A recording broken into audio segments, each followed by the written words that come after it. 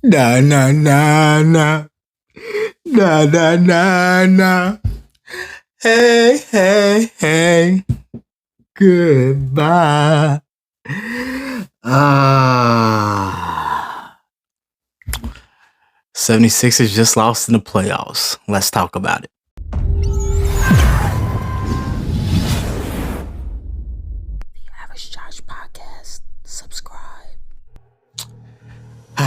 So the 76ers just lost to the Boston Celtics in the NBA playoffs.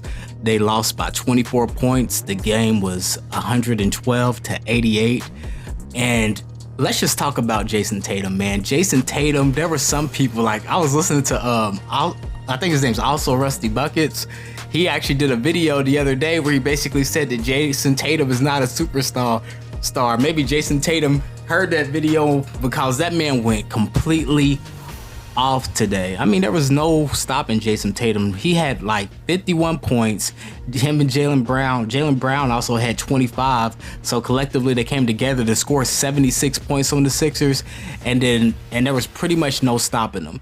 Now, on the Sixers side, everybody was pretty much struggling. I mean, Joel Embiid, he scored 15. Tobias Harris, he had 19. James Harden was held to 9 points. And it was just an overall pretty bad game. The biggest issue that they were having was the fact that they couldn't knock down threes. You saw that Al Horford was guarding Joel Embiid, you know, pretty close and pretty tight. And him and Jaylen Brown and Jason Tatum and the crew, they were pretty much building a wall, keeping Joel Embiid from really dominating the paint. Every time he got down into the paint, there was like 1, 2, sometimes 3 defenders there to stop him. And what would happen was he would try to distribute the ball out to the perimeter in order to let his teammates, you know, get some open shots because they were leaving them open. But the Celtics would either close out or they would just leave them wide open and then they would miss.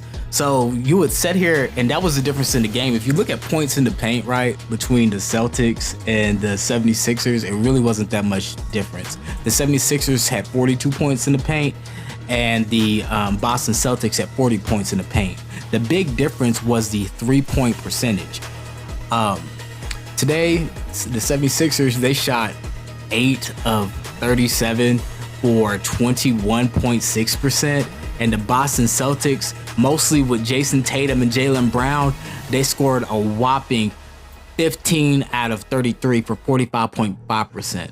So that was the big difference, man. The Boston Celtics were hitting their shots and the 76ers weren't, bro. They were missing wide open shots in the corner, bro. And while Jason Tatum was doing in and out dribble, side hops, crazy fadeaway 3-pointers over Joel Embiid. It was just, the game was just nasty, bro. It was nasty to watch, and I really did not think that we were gonna lose in this fashion. Now, be in mind, I always kept open to the possibility that we could lose this game because the Celtics are a very good team, and so are the 76ers. It's basically somewhat of an even matchup. But the one thing that I did not see coming, and that what a lot of people didn't see coming, was the fact that Jason Tatum went off this game. And like I said, they're like the last game where he basically came alive in the fourth quarter and willed the team to even push the game 7. That should have been like a red flag that this man was probably about to go crazy. Because, you know, like I was saying with also Rusty Buckets, that big YouTube NBA YouTuber who put out that video a few days ago about Jason Tatum, which if you look down in the comment section, there's nothing but a whole bunch of people saying that aged poorly. I knew that was gonna age poorly. I was like, because how can you not call someone a superstar who averages 30 points a game? Come on, bro. And he has it in him to do it, bro. And he scored 50 points in the playoffs before, bro. Like, that's silly. But that's neither here nor there. I actually really like his content. I just disagree with that take heavily. But, man, it's just one of those things, man. It's just not a good day to be a 76ers fan. It's all the teams we could lose to the Boston Celtics. That's what hurts the worst. I remember one time they were talking to Joel Embiid, basically asking him about the rivalry he had between them and the Celtics, and he's all like, it's not much of a rivalry because we never win. And that seems to be the case. They seem to never win, bro. It's like every time we're up against the Celtics, it's just they fall short. But it's just one of those things, man. And me, I can take it just as much as I can dish it out, because I've been talking mad-ish this whole playoffs, bro. I was talking mad-ish to the Brooklyn Nets fans, and we're like, oh, Mikal Bridges is going to be able to do something.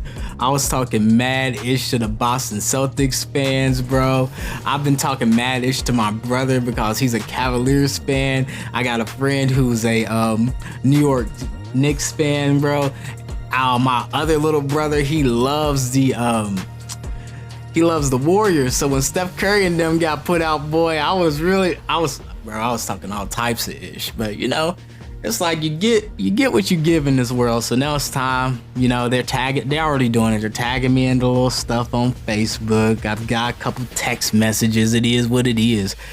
But I would say that overall this season is a disappointment, just because Joel Embiid was he had an MVP winning season, man. Had an MVP winning season. And he couldn't show up in this game, but he pretty much carried us throughout this whole entire playoffs, with the exception of when he was injured and James Harden stepped up to give us that vintage James Harden performance where he dropped 45. But you can't really expect that out of James Harden right now, being an aging all-star at this late stage in his career. Not everybody's LeBron. You're even seeing that with LeBron too. There's been games where I watch LeBron, I don't see him hit not one dunk. And I remember watching Miami Heat and Cavaliers LeBron just cramming over everybody, making people look crazy. And now since he's gotten older and he's lost a step, he's have to become much more savvy in the way that he goes about scoring, and he puts a lot more effort in on the defensive end to compensate for the fact that he just isn't that scorer anymore, because he's lost quite a significant bit of his athleticism. So he does take more three-point shots. But when it came to James Harden in this game, he just seemed lethargic, man. It just seemed like he just really wasn't into this game that much. It seems like he was kind of moving a little bit slow. It seems like he wasn't really being aggressive. It seems like he was passing the ball up very easily. And then when he was being very aggressive, it didn't really pan out to anything, because like I said, he's lost the step. And when James Harden isn't, hitting his little between the leg step back three, he's really an easy player to kind of guard, because if you're not so worried about that three ball, just play off of him a little bit, then he typically just gives up the ball and he becomes pretty much a non-factor in the game. But I don't know what the future for the Sixers is going to look like. I'm not good when it comes to trades and stuff. I just hope that they're able to get enough talent around Joel Embiid while he's still young and while he's still playing at an elite level, for them to go even further in the playoffs. So, and also right now that the 76ers are out, I'm gonna have to go into the attic and dig out my Lakers gear, because if Joel Embiid is no longer in there, I'm gonna go for my second current favorite player, which is LeBron. And also, I really like Jimmy Butler, bro. That whole series where Jimmy Butler and them were playing against the Raptors that one year, and they were just one bounce away to playing an injury-prone Warriors that would have most likely gotten them an NBA championship. Bro, that I'll never forget that. And most Philly fans will never forget that, man. Just one bounce away. And then they went ahead and retained Ben Simmons and retained Tobias Harris while Jimmy Butler walked, which was crazy, because you're seeing what Jimmy Butler does. Jimmy Butler is probably the greatest overachiever in the NBA. To come in as, what was he, the 7th or 8th seed, and then take out the number 1 seed in the Milwaukee Bucks? Coming in there playing like Michael Jordan's real son. But I mean, it's just crazy, man. I'm just hoping that, they get things together. I'm just hoping they go on a big run. I'm gonna be watching Jimmy. I'm still gonna enjoy this playoffs. This playoffs was incredible. Seeing the Lakers play the Grizzlies, seeing the Miami Heat play against the Milwaukee Bucks. It was just like it was just a hell of a ride, man. Hell of a ride. And then seeing that Warriors versus Lakers series, and then seeing this it wasn't really a fantastic series, but just a back and forth series. And even in the beginning of this game, in the very beginning, I'll probably say like the first 6 minutes of the game, the 76ers and the Boston Celtics, they were going back to back. Everyone seemed to be very aggressive, man. But Jason Tatum and Jaylen Brown just took it to a whole nother level, man. Just took it to a whole nother level. But that's all I gotta say about that, man. And to all you 76ers fans out there, because I know you Philly guys. Y'all some emotional people. Y'all some emotional fans, bro. Let's just all sit back, bro. Let's just sit back. And I'm from Lexington, Kentucky, where the University of Kentucky is. So people here, we can be very emotional basketball fans as well. But on the count of 3, everybody, let's just take the deep breath. Let's go. Let it out and say it one more time.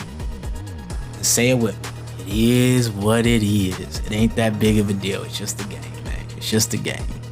The only thing I could recommend for you is just to not turn on any type news media tomorrow, because all you gonna hear is Shannon Sharp talking mad-ish about Joel Embiid, talking mad-ish about Tobias Harris, talking mad-ish about James Harden, and telling them that the Celtics definitely always have the 76ers number, man. He's gonna be on there talking about Skip. I can't believe it, Skip. They couldn't buy a bucket, Skip. They were just like my grandmother back in the day when she used to cook them grits and that bacon and that ham hog. I used to eat that stuff up and I'd be asleep, moving around of the court just like James Harden, all lethargic. And then Skip Bayless is gonna be all like, you see, this is why I don't ever trust the 76ers. They played an absolutely pathetic game. I couldn't imagine a worse game. Their reactionary, crazy takes that they always say, blah, blah, blah. And of course, you're going to get it from the guys on Facebook and YouTube or whatever. But that's all I got to say about that, man. All in all, it wasn't the success for the season that I was looking for. But I can say that even though they lost, bro, I'm going to enjoy the ride, but it's a beautiful day. I'm going to take this hoodie off, go outside, and just touch some grass and enjoy the weather. It's been Josh from the Average Josh Podcast. Make sure to like and subscribe to the content, and that's all I got to say about that, man. I'm out.